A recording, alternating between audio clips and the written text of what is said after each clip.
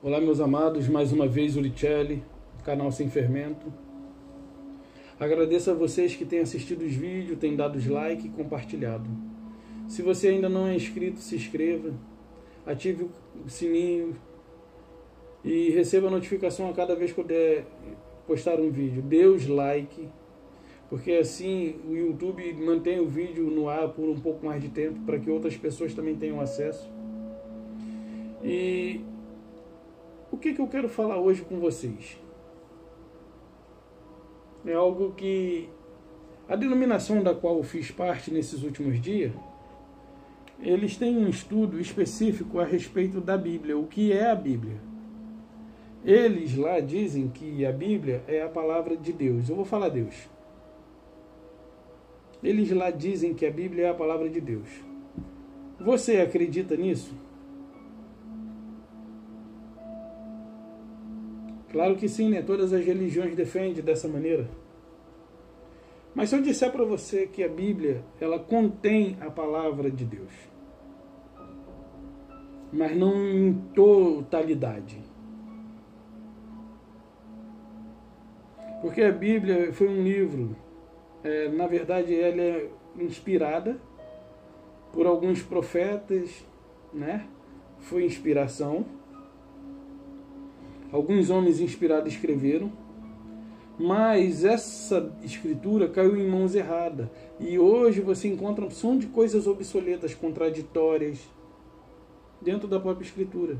Se você olhar, lá em Mateus fala que o gadareno são dois endemoniados gadarenos, porém Marcos e Lucas só mencionam um. Aí já você vê uma incoerência, uma discrepância, né? Uma falta de fidelidade. Então, a Bíblia, ela contém a palavra do Criador, mas ela aponta para aquele que é a palavra. E o que é a palavra dele para mim hoje? Se para você é a Bíblia, eu vou dizer para você, para mim ela não é a palavra dele. Não em totalidade. Eu a leio para ter conhecimento dos fatos históricos do tempo, da época, para entender o contexto em que ele viveu. Então, o que é de fato a Bíblia? O Antigo Testamento continua em validade nos dias de hoje? Não continua. A não ser para os judeus, que ainda aguardam o seu Salvador, ou para os judaizados. O Novo Testamento, ele é a nova aliança. O Novo Testamento é o que está em validade para hoje. Como você deve ler a Bíblia? Como aprender a ler a Bíblia? Leia os 4 evangelhos. Uma única vez. Depois que terminar os 4 evangelhos, não entre em Atos. Volta para Mateus, lê de novo. Quando você chegar em João, aí você prossegue até o Apocalipse. Você vai ficar sem entender algumas coisas. Porque para entender algumas coisas, você vai precisar do Antigo Testamento. Porque muitas coisas no Novo Testamento faz menção ao que foi falado no Antigo. E você só vai entender quando você lê o Antigo, aí você fala, tá, entendi. Então, o que está em validade para hoje? O Novo Testamento. O Novo Testamento. Mas aí você vai ver que muitas denominações fazem uso do Antigo Testamento e fazem mau uso, porque ali eles pegam doutrinas, rudimentos, coisas que não eram mais para estar em prática nos dias de hoje, não eram para estar mais em prática. Por que eu estou falando do Novo Testamento? Porque no Novo Testamento Yahushua disse: céus e terra passarão, mas as minhas palavras não hão de passar.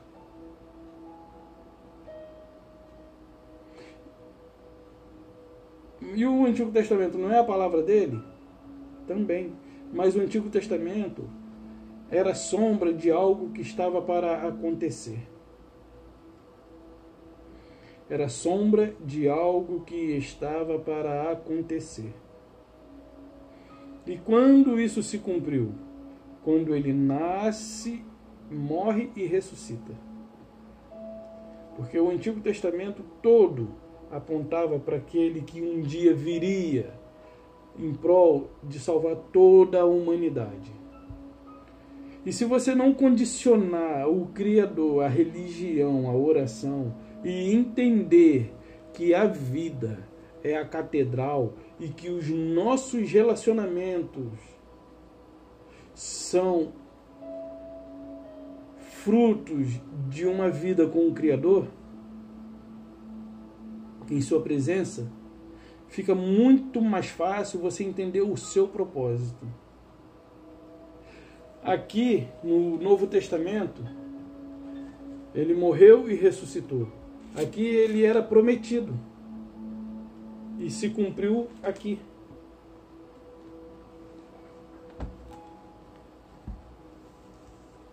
O Novo Testamento faz menção do livro de Enoque, e diversas vezes. Yahushua faz menção ao livro de Enoque. Paulo faz menção ao livro de Enoque. Judas faz menção ao livro de Enoque. E outros fazem menção a diversos livros. Porém, esses livros não se encontram aqui. E aí vem esses que se dizem teólogos, estudiosos, e dizem, não foi considerado inspirado, não entrou num cânon bíblico. Cânon bíblico é esse aqui. Primeiro, foi traduzido por um padre. Segundo, foi compilado por outro. Ela traduziu. João Ferreira de Almeida compilou. Quer dizer, João Ferreira de Almeida veio antes de Lutero? Não sei. Não sei quem veio primeiro. Só sei que um traduziu para o idioma alemão. O outro fez as compilações. E olha que ele, antes de fazer toda a tradução para o português, o João Ferreira de Almeida, ele morreu.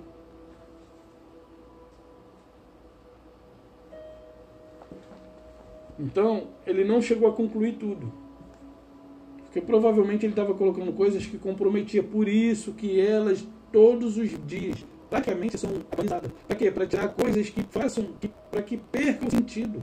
Porque se vocês souberem o verdadeiro sentido, vocês serão espertos. Então, meu Criador, ele não está condicionado à religião nem à oração. Ele é tudo. Ele é a vida, ele é o ar que eu respiro, ele é o meu vizinho. Ele é o meu semelhante. Ele sou eu, ele é você. O meu Criador, ele não se restringe a essas coisas do qual a religião quer fazer com que vocês creiam. Quer ver uma coisa? Caiu. Aqui, lá em Hebreus, Paulo fala que aqueles que possuíam o oráculo do conhecimento da palavra de Yahweh, eles caíram. E aí, se você falar para um religioso, você está ligado. Não, eles caíram porque agora eles receberam o conhecimento da promessa, do evangelho, da benevolência. Eles se submeteram de novo a julgos, de rudimentos, de doutrinas, de leis, de homem. Então eles caíram da graça. Mas na cabeça do religioso tudo é pecado. Tudo é pecado. E não é assim. Não é assim.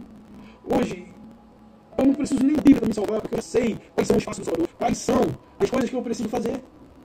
Eu só não faço por falta de vergonha, por ser vergonhice, aliás. Mas não quer dizer que eu não faço, eu faço alguma coisa, eu não faço tudo.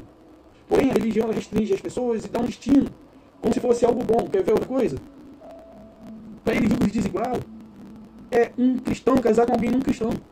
Não é nada disso não, gente. Julgo desigual aconteceu quando os filhos de Sete se relacionaram com os filhos de Caim, que é algo muito diferente. Os filhos de Caim são filhos do maligno. E os filhos de Sete eram filhos de Iarro. E ali as duas naturezas se fundiram e deram a existência à natureza que temos hoje. O julgo desigual não é uma pessoa cristã casar com outra que não é cristã, não. Não é isso, não. Casamento entre semelhantes da mesma espécie não é desigual. Eles tornam desigual para dizer que a religião é pura.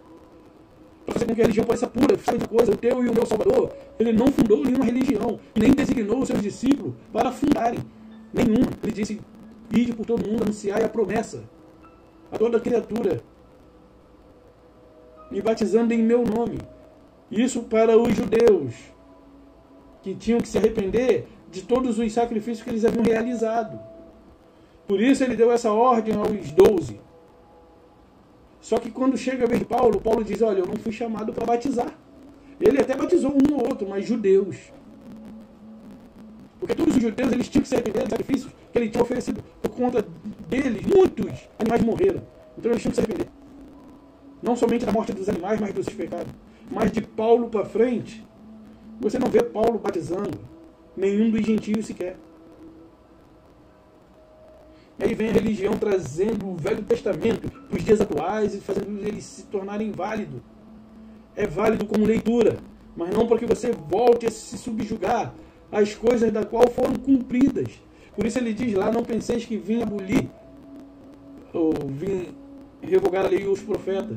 Não vim abolir, vim cumprir. E ele cumpriu. Ele desfez as obras do diabo ou ele está desfazendo? Ele desfez. Porque quando ele recebeu a ordem do Pai de realizar essa obra, ele a fez e completou. Por isso, diz, para isso o filho do diabo se manifestou, para desfazer as obras do diabo. E aí ele disse, eu vim para que tenham vida e vida abundante. Opa! Só que olha o contexto, por isso que é importante ler a Bíblia. Olha em que contexto ele falou isso. Jerusalém e demais cidades, tudo sitiada pelo poder opressor romano. Quem tivesse uma cabeça sobre o pescoço e tivesse gado, tinha que pagar imposto. Tanto pela cabeça no pescoço, quanto pelos gado. Quem não tinha gado, pagava imposto pela cabeça no pescoço. Então, o romano oprimia esse povo, e aí vem ele com o sermão do monte. Incoerente. E aí o povo estava sendo roubado. Estava sendo forçado a dar o que é deles, a um poder opressor. E ele vem com o sermão do monte, bem-aventurados sois vós, os mansos, bem-aventurados os pobres de espírito, bem-aventurados os humildes, bem-aventurado esse, bem-aventurado aquele, diante desse cenário.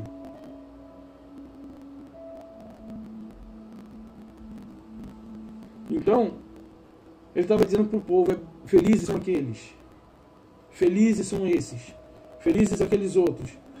Esses que têm essas características são felizes, mesmo sendo roubado na marra. E aí ele estava ensinando coisas contraditórias para aquela época. E aí, como se não bastasse, ele diz assim, não vim trazer a paz, vim trazer a espada. O cenário já não era bom. E ele ainda vem e põe divisão entre o lar das pessoas, no lar delas. Porque essa divisão ela é causada hoje dentro das nossas casas. Porque hoje você crê, o seu cônjuge não crê. Quando você fala, o seu filho não crê. O seu filho fala, o pai não crê. Ou a mãe, ou vice-versa. Eu desafio você a ler o livro dos Evangelhos. Existem aquelas pequenininhas. Hoje eu não tenho nem mais vista para ler nessa aqui. E é letra pequena essa. Nem na letra grande, sem óculos, ainda mais naquela. Se você pegar os 4 Evangelhos, faz uma leitura, pega num dia só e vê até quantas horas você passa lendo, até chegar em João. Se você não for confrontado com uma enxurrada de informação que te induz ao arrependimento, que te induz a reconhecer a sua arrogância diante do Criador, a sua altivez, eu mudo o meu nome. Eu só não me desconverto. Então, se você pegar os 4 evangelhos e ler discorridamente assim, uma série, lê Mateus, Lucas, Marcos, Lucas, João, eu duvido que você conclua essa leitura sem estar aos prantos. Foi o que aconteceu comigo. Às vezes eu pego e quando eu me deparo com determinadas situações, e olha que já é a 3ª vez que eu estou lendo consecutiva. E aí eu me deparo, porque a cada vez que nós lemos, alguma coisa já nos foi revelada. E então, você leia os evangelhos, coloque em prática, observando o espaço do teu Salvador, estendendo a mão ao necessitado, indo de encontro ao oprimido, libertando os cativos, anunciando as boas novas aos oprimidos, e explicando-lhe o ano aceitável do Criador. Sabe por quê? Porque ele disse assim: o Espírito do Criador está sobre mim, pelo que me ungiu, para pregoar boas novas aos quebrantados de coração e pôr em liberdade. Então, hoje, esse Espírito, ele atua sobre mim e sobre você, para fazermos as mesmas obras, e não para olharmos as coisas desse mundo e desejarmos pelas, porque sem elas nós não somos completos, não somos felizes. O interessante é que os discípulos eles possuíam, porém tiveram que abrir mão para se tornarem discípulos deles. E os cristãos de hoje, eles estão andando na contramão. Eles vão ali, eles visitam Yahushua. Na verdade não é Yahushua, ele não está lá dentro. Eles vão ao encontro de Jesus e depois voltam para as suas vidas. E aí, cheio de conquista, cheio de coisas, cheio de vontade própria, ninguém abre mão dos seus próprios interesses nem pelo dele. Então, o que é o Evangelho para você? Eu perguntei para a menina que me vendeu 2 camisas ali numa igreja. É a Assembleia de Deus de alguma coisa. Eu perguntei, ela ficou admirada, porque eu falei assim: essas camisas aqui eu vou dar para morador de rua. Ela, nossa, legal. Falei, isso é uma coisa que todas as igrejas deveriam fazer em vez de vender um bazar. Principalmente aproveitando a ocasião, que estava disposto e estava um dia frio. Ela ficou admirada, mas quando eu falei que as igrejas deveriam fazer, ela se sentiu ofendida por eu ter falado alguma coisa. Eu falei algo de errado? Não. Eu só despertei ela para o que ela foi chamada a fazer, porém ela se sentiu ofendida. E aí no final, eu paguei ali pelas 2 camisas, foi R$6. E aí ela falou, pessoal, que é muito feliz. Eu falei para ela, o que é o Evangelho? Ela, não vou te responder. Magoada e ofendida. Agora tu vê. Diz servir a um Criador que requer trabalho. Se eles não fazem, ele vai levantar quem faça. Ninguém é insubstituível. Se você hoje não quer estar com o Yahushua, sabe que só quem está perdendo é você. Então o que é viver o Evangelho? É colocar ele lá dentro das 4 paredes? É viver ali em comunhão falsamente com um e outro? Que não confraternizam, que quando eles se uniam em Atos dos Apóstolos, Atos 4:35, eles repartiam o bem que eles tinham entre eles para suprir a necessidade de cada um, para que nenhum deles viesse a padecer necessidade. E na reunião de hoje, cada um com seu cada um, você se vira do jeito que você puder. Os interesses, o egoísmo, o orgulho, a vergonha. Paulo disse, posso todas as coisas naquele que me fortalece. Posso todas as coisas. Mas nem todas me convêm. Só que Paulo ele aprendeu algumas coisas que eu tenho aprendido a viver hoje. Paulo aprendeu a viver na fartura e na escassez. Paulo aprendeu a ter e a não ter. Paulo aprendeu a ajudar e ser ajudado. E hoje tem pessoas que dependem de ajuda. Tem pessoas que podem ajudar. Mas o amor do Criador não habita nessas pessoas. Porque aquele que precisa de ajuda vai continuar precisando. E aquele que pode ajudar, ele não consegue enxergar a necessidade do seu irmão e não tem um coração generoso para ali exercer o amor do Criador em prol daquela vida. Por isso Paulo diz, Yahu ama ao que dá com alegria. É ao que dá, não é dar porque pediram. O dízimo lhe é pedido por esses lobos gananciosos, lobos devoradores, que devoram a casa das viúvas, dos órfãos, dos paralíticos, de quem quer que seja, do pensionista, não importa. Recebeu qualquer valor, se você faz parte, você é obrigado a contribuir mensalmente, porque senão você está roubando a Deus homem. Então, as palavras que eu trago são duras, mas é para isso mesmo, para que você desperte. O teu Criador, ele deu um exemplo para mim e para você. Ele disse que no mundo nós teríamos aflições, mas que nós olhássemos para ele, porque ele conseguiu vencer o mundo. Ele falou, tem de bom ânimo, eu venci o mundo. Como que ele venceu o mundo? Tendo bom ânimo. Ele não venceu o mundo conquistando as coisas do mundo e se colocando num patamar elevado.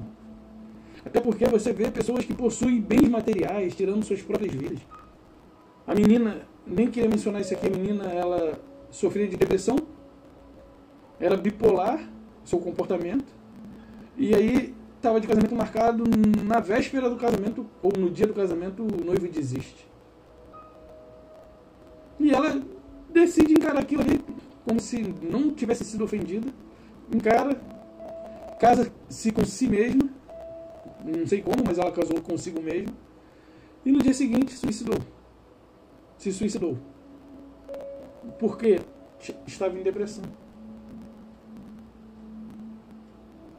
Ela estava com falta de alguma coisa, não conheço a história dela. Ela tirou a vida. Porque alguém podia levar o conhecimento libertador do Evangelho de Arusha para aquela pessoa, não levou. Talvez ela já tinha ouvido falar de Jesus. Talvez alguém já tinha falado para ela, porém ela não viu a diferença na vida dessa pessoa. Se as pessoas querem pregar Jesus, mas elas buscam as mesmas coisas que as pessoas do mundo, para quem que elas estão ganhando essa pessoa? Saiba que Arusha, ele recusou a oferta de Satanás de adorar e ter toda a glória desse mundo. Mas os cristãos hoje têm se permitido adorar Satanás em prol dessa glória. Dessa glória. Eu não sei onde nós vamos parar. O Evangelho, ele tem que ser vivido na prática, não na teoria. Até na teoria está errado a maneira que eles se comportam. Um Criador que não habita em templo, um Criador que não habita em tendas. É o Criador que deseja que os seus reconheçam que eles precisam se tornar semelhante à imagem de seu Filho. Eu não fui chamado para falar de Arusha. Eu fui chamado para ser Arusha. Eu sou chamado para construir pontes e levar pessoas até Arusha e através de Arusha chegarem até o Criador. Eu e você fomos chamados para edificarmos ponte para outras pessoas terem acesso a Arusha e Arusha os conduzirem ao Criador.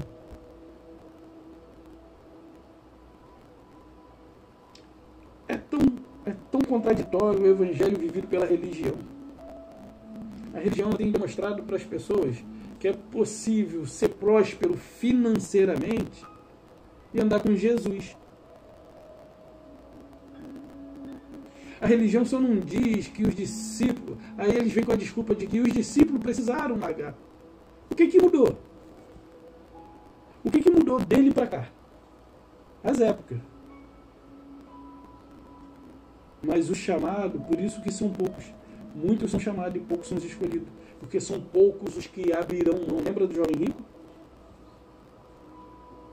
Ele foi só um para dar exemplo para os que viriam depois. Aí ele conclui: quão difícil é um rico herdar o reino dos céus. O jovem rico foi só um para dar exemplo. E olha que ele tinha conhecimento religioso. Não era uma pessoa rica lá do mundo, segundo os olhares cristãos. Então, aqueles que hoje são cristãos e têm conquistado casa, carro, casa de praia, coisas materiais da qual eles têm proposto no seu coração alcançar, eles com certeza não entrarão, porque eles estão com a motivação errada. O propósito do Salvador, não estou julgando ninguém, o propósito do Salvador é que nós nos tornemos igual ao seu Filho. E aí eu digo para você, ele não tinha onde reclinar a cabeça, dormia de favor na casa de um e de outro. Quando pegava o barco, era carona no barco de um e de outro. Comia na casa de um e de outro. E outras coisas mais. Para entrar em Jerusalém, precisou pegar o jumentinho emprestado. Se você tem olhado o conceito de prosperidade em relação à religião, você está certo. Mas se você olhar o conceito de prosperidade segundo Arusha, você vai ver, não tinha lugar para reclinar a cabeça. Então aqui fala para Judas: o filho do homem não tem onde reclinar a cabeça. A japosa tem covil e as aves têm seu ninho. O filho do homem não tem onde reclinar sua cabeça. Não tem. O filho do homem não tem onde reclinar sua cabeça. Dormia na casa de um de outro. Quando ia atravessar, pegava barco emprestado. Quando foi fazer um milagre, dependeu de alguém ali que tivesse alguma coisa para multiplicar. E ele foi o homem mais próspero da terra. Não próspero segundo os olhos da religião, mas ele foi próspero em termos de vida. Ele tinha uma vida abundante. Ele não se deixava, o coração dele não era voltado para as coisas da qual não tem importância. Até porque ele sabia que ele ia passar. Ele já sabia que os seus dias estavam se aproximando. E você não sabe quando você vai deixar essa vida. Mas tem buscado as coisas desse mundo como se fossem as coisas mais importantes para a sua vida. Yahushua, ele viveu para mostrar para mim e para você a verdadeira vontade do Pai. Que aquele que não se tornar como ele, não se salvará. Aquele que não se tornar como Yahushua, não se salvará. Então eu estou aqui mais batendo um papo, colocando pingo nos is. Ele foi o homem mais próspero. Saúde ele tinha para dar, não para vender. Ele tinha para dar e ele deu. Vida ele tinha para dar, tanto é que ele deu. Ele falou, ninguém tira minha vida, eu a dou. Paz, conflito existencial, até talvez tivesse, mas ele sabia qual era a sua missão. E hoje os cristãos sabem qual a missão que tem a cumprir. Os cristãos acham que eles têm plena liberdade. De fato tem, porque o Criador não põe uma arma nem na cabeça, nem uma faca no peito de ninguém para obrigá-lo a andar com ele. Só que o Deus da religião é dinheiro. O Deus da religião é dinheiro. Por isso eles não conseguem compreender que eles estão buscando o objetivo errado. E aí de vez em quando eles saem para evangelizar. E aí, como se eles estivessem fazendo a obra do Criador. Que obra? Não tem nenhuma obra para mim nem para você. Não tem nenhuma obra nem para mim nem para você. Não tem obra para que eu e você venhamos a fazer. A única coisa que nós temos que fazer é andar como ele andou. Se você está na luz, deve andar como ele também na luz estava. Se você diz que está na luz, você deve andar como ele andou. E ele andou buscando para si as riquezas, as coisas, as oportunidades. Ele sabia viver. Ele sabia o que de fato tinha valor. O que de fato importa é amarmos uns aos outros. Se não aprendermos a amar, vai ser impossível herdar a vida eterna. Porque aquele que não ama não tem o amor do Pai permanente em si. Aquele que não ama não tem o amor do Pai permanente em si. Você lê a Bíblia e não consegue colocar em prática a vontade do Pai. Porque você não está olhando para o teu Salvador. Nada mais, nada menos do que seguir os seus passos. Se você olhar nos dias de hoje, ele provavelmente iria visitar os órfãos, ele ia visitar as Cracolândia, ele ia em todos os lugares em que as pessoas foram abandonadas. Ele se juntaria com os pecadores, não igual os crentes que faz acepção, que seleciona as suas amizades. Engraçado, né? Ele não era seletivo. Mateus, ele era cobrador de impostos. Sabe o que significa isso? Mateus, ele acabava sendo um ladrão. Engraçado, né? Aquele Zaqueu, que pressa, convém estar em tua casa. Ele era maioral dos ladrões, dos cobradores de impostos. Ele era maioral. É como se fossem os milicianos, os chefões. Então, ele fazia isso. Ele não tinha problema de se misturar, porque ele sabia influenciar, mas não se deixava ser influenciado. Os cristãos todos têm medo de ser influenciado, ou medo de que passe alguém e os veja como outra pessoa, do qual não tem a mesma fé que ele, por conta da sua imagem. A religião diz para eles, assim como diz para mim, dizia para mim, que nós não deveríamos nos misturar, segundo lá em... Tá vendo como o Antigo Testamento foi uma coisa que não vale mais para hoje? Porque aí você vê assim, Salmo 1. Bem-aventurado o homem que não anda segundo o conselho dos ímpios, não se detém no caminho de pecadores e nem se assenta na roda de escarnecedores. Bem-aventurado é esse homem. Aí vem o Salvador. E aí os discípulos, os fariseus. Esse homem anda com os publicanos, com os pecadores. Ele quebrou o Salmo 1. Ele quebrou. Ele pisou. Ele cumpriu. O homem que não tinha condição de andar segundo aqueles homens, ele veio e mostrou que é possível andar entre eles e fazer a diferença.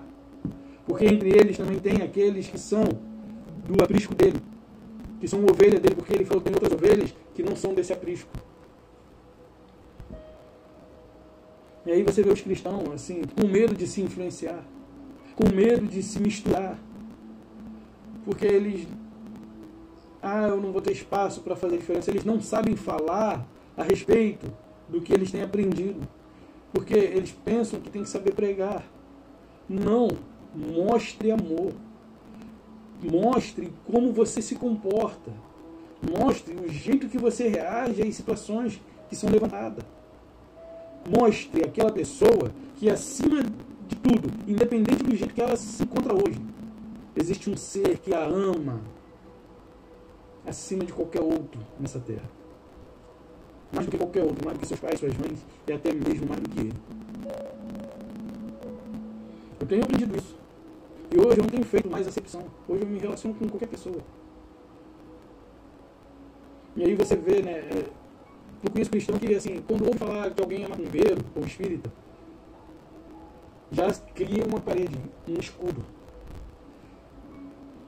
sentenciando, condenando aquela pessoa à perdição. Não é para fazer isso, porque quando você julga, você se exalta. E quando você se exalta, o Criador te rebate. O Criador te humilha. Mas, de fato, o que é o Evangelho para você? Será que o Evangelho é colocar a Bíblia debaixo do braço e é uma instituição religiosa, pregar, cantar, sentar no banco, ouvir? Será que é isso? Eu acho que não. O verdadeiro Evangelho consiste em andar conforme ele andou, liberando amor, exalando o amor, porque sem amor ninguém se salvará. Mas eu falo aqui, se eu não viver o que eu tenho dito, eu estou fora.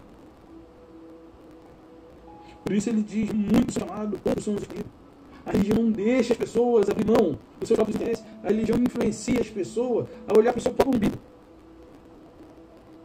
A religião, de fato, ela era para nos religar, mas ela nos desune. Quando há uma divergência lá dentro, eles mesmos são igual o céu, se dividindo.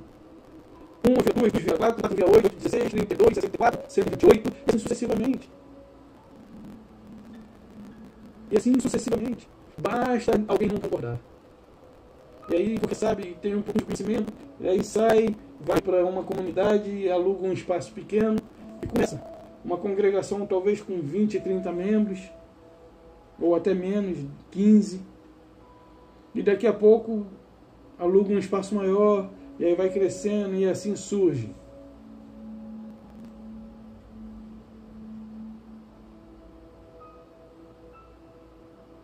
Os crentes de hoje se tornaram capitalistas. Eu não digo que você não tenha que trabalhar para sobreviver, não é isso. Yahushua sabe da minha e da sua necessidade. Mas é que as pessoas têm colocado, têm priorizado as conquistas desse mundo ao invés de a conquista do reino eterno. Tem trocado por bala Juquinha. O eterno tem trocado o eterno pelo temporal. E se isso é bom para você, continue. Eu não estou aqui para fazer você me seguir, mas eu estou aqui para despertá-lo. E aí as pessoas têm trocado o reino do céu, ou seja, Sião. Não ir para o céu, mas ir para Sião, por bala Juquinha. Bala Juquinha, você põe na boca, chupa, ela derrete, ela acaba. da mesma forma que as coisas que você tem conquistado como prioridade para a sua vida. Eu espero que o Criador lhe revele através dessas palavras a sua vontade e que você tenha um coração aberto para compreendê-las. Eu tenho aprendido dia após dia, lendo os evangelhos, que quanto mais a pessoa é religiosa, menos ela tem do Criador. Quanto mais a pessoa é religiosa, menos ela tem do Criador. E aí, porque a religião, ela faz acepção, ela põe paredes, ela põe obstáculos. O religioso, ele diz assim, que eles são uma brasa, e se eles saírem daquele meio, eles se apagarão. Só se apagam aqueles que não são salvos em Yahushua. Ou, para te agradar, aqueles que não estão em Jesus. Aquele que está em Cristo, nova criatura é. As coisas velhas já passaram. Se você está nele, não importa onde você esteja, você vai honrar o seu Salvador. Você vai exaltar através do seu comportamento, da sua atitude, do amor que você demonstra pelas pessoas, e sem desmerecer uma em outra. Quando você dá atenção a alguém, você está demonstrando que ela tem valor para você. Quando você ouve alguém para ouvir os seus desabafos, você está se colocando como um consolador. E era assim que ele queria que eu e você nos tornasse. Outro dia, uma menina, ela entrou no mercado e estávamos próximo ali, os dias de fazer Impacto e Esperança, quando eu era de lá. E aí eu vim no mercado, cumprimentou ela, era um morador de rua. E aí no final ela apertou a mão dessa pessoa assim, sem perceber, e ela ficou tão feliz de ter apertado a mão dele. Só que ela falou assim, poxa, eu devia ter dado o que ele pediu, não sei o que. Ela ficou tão feliz por ter tido apertado a mão daquela pessoa, porque por ela mesma ela não era capaz, por conta da situação que a pessoa se encontrava. Há um tempo atrás eu fui evangelizar com um conhecido, isso tem mais ou menos 17 anos. Mais ou menos isso. 19 anos. Foi 2001. Foi 2001. 18 anos. Então, fui evangelizar na rua e essa pessoa me acompanhou. Só que essa pessoa, ele era cheio de toque. Aquela pessoa com muitas manias, fui criado assim. Eu, por ter tido uma criação mais liberada, eu fui criado pela minha avó e eu passava a maior parte do tempo na rua, andava descalço. Para ter ideia, meu apelido era Ferrinho, o pessoal me zoava. Porque andava descalço, vivia no meio da terra, andava com a perna cinza, parecia um bujão de gás. E aí quando ele estava chovendo, que eu corria para casa, eu devia ter meus 11 anos, aí o rapaz falava assim, vó, e enferrujava chamando a avó. E eu gostava desse apelido, Ferrinho. Assim, porque via que apesar de tudo, ele me apelidou de uma forma carinhosa, não foi de uma forma ofensiva. Talvez até fosse, mas eu entendi aquilo de uma forma legal, até porque era criança. E aí, ele foi evangelizar comigo, esse rapaz, cheio de manias. Eu, por ter uma criação mais solta, assim, abraçava mendigo, não tive problema com isso. E aí, nós fomos evangelizar pela Igreja Batista. Aí cheguei lá, entreguei um folhetinho, aí conversamos um pouco, falamos a respeito da salvação. Esse rapaz, ele estava recém-chegado na religião batista. Ele havia sido candomblessista, já tinha feito cabeça e agora ele tinha se convertido ao cristianismo. Aí eu fui evangelizar e eu vou contigo para ver como é que é para aprender. Aí tudo bem, foi. Aí lá eu abracei a pessoa, ele foi abraçado, daqui a pouco ele, caraca, se limpando. E aí, caraca, eu vou ter que lavar muito com álcool. Aí ele entrou na farmácia, comprou álcool para poder se desinfectar. E alguns não tinha esse problema nem quando ele vai diante dos leprosos. Quando ele vai ali para Gadara, onde os leprosos ficavam, refugiando-se dos fariseus, ele vai para Gadara. E lá ele fica 6 meses em Gadara, entre os leprosos. E aí ele cura. E aqueles 10 leprosos que ele cura, interessante, né? Os 9 eram judeus, um era samaritano. O samaritano, que não era religioso, voltou para agradecer. Os demais foram embora. Não quiseram nem saber. Receberam o que queriam. Os demais eram religiosos, eram judeus. Nos dias de hoje seriam os cristãos. Os judeus aí são os religiosos, pronto. Porque assim engloba geral. Mas o que não era religioso, voltou para agradecer. É interessante que quando você vê que Yahushua cura aquele endemoniado gadareno, que se lançava de sepulcro, nos túmulos, ele diz para aquele homem, quando ele liberta, ele diz, olha, vai para tua casa. Ele queria seguir Yahushua. Porém, Yahushua, não, comigo não, vai para tua casa, volta para os teus, e anuncia a eles o que o Criador fez contigo. As obras que o Criador realizou em tua vida. E ele foi feliz da vida, louvando a Yahweh. E aqueles que o conheciam foram se convertendo, pelo fato de ver a obra de Yahweh realizada na vida daquele homem. Porque aquele homem se tornou alguém liberto, e se tornou uma referência do poder do Evangelho, que tem poder para curar, libertar, que tem autoridade para dar conhecimento, que ao abrir da boca as pessoas compreendam o que você diz e aceitem. Então ele fala, vai para tua casa. Interessante que ele nunca direcionou ninguém para os templos. E eu também nunca vi Yahushua dar uma oferta, nem dízimo, porque ele era obediente ao Criador e não aos homens. E se você hoje diz que é fiel a Yahushua, ou a Jesus, ou a Deus, você é mentiroso. Você deveria seguir os passos do teu Salvador e não o que alguém te diz. Se você olhar para o Salvador, primeiro, João vem e vai para o deserto preparar o caminho dele. Segundo, os discípulos vêm e pregam na porta do templo e convertem mais de 5.000 homens. E aí eles são presos, Pedro e João, né? São presos no Sinédrio, lá no templo, e aí eles, no dia seguinte, é solto. Só que eles são soltos sob ameaça, para que não se mais pregasse no nome de Yahushua. E ele diz, importa obedecer a Yahu do que aos homens. E aí vocês têm obedecido a homens. O mesmo Malaquias que diz que quem não dá dízimo rouba a Deus, também diz que Deus vai esfregar excremento no rosto desses sacerdotes. Não leu? Você sabe o que é excremento, né? Excremento é o número 2. Deus, ele diz que, vou falar Deus, ele diz que vai esfregar excremento na cara desses sacerdotes. Malaquias 2, versículo 3 e 4. Anota, leiam. Ele mesmo diz que isso. Então, tinha hora que ele tinha que ser duro, porque só assim tem que ser duro. Então, vocês dizem ser obedientes, mas obedecem a homem, não obedecem ao Salvador. Vocês não olham para o que o Salvador fez para imitá-lo, vocês olham para a Bíblia. Se vocês olharem para a Bíblia, vocês nunca vão fazer o que ele quer que eu e você façamos, que é amar sem acepção. Quantas vezes você já teve a oportunidade de ajudar alguém financeiramente na compra de um remédio, de um medicamento, né? Ou pagando uma conta de luz, ou comprando um gás, ou fazendo uma compra, e você desperdiçou essas oportunidades?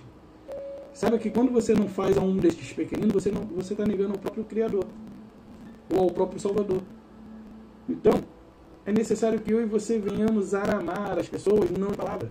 Porque lá em João diz, aquele que tem o recurso desse mundo, vendo seu irmão padecer necessidade, não ajuda, e não ajuda, comete pecado. E o amor do Pai não está nele. Então, você quer agradar o Criador? Siga os passos do teu Salvador. Esse é o Evangelho que você deve seguir. Esse é o verdadeiro Evangelho pelo qual você deve olhar. Porque quando você, por exemplo, viu aqui, Salmos 1, bem-aventurado o homem, era bem-aventurado, era feliz aqueles que não se detinham nesses caminhos.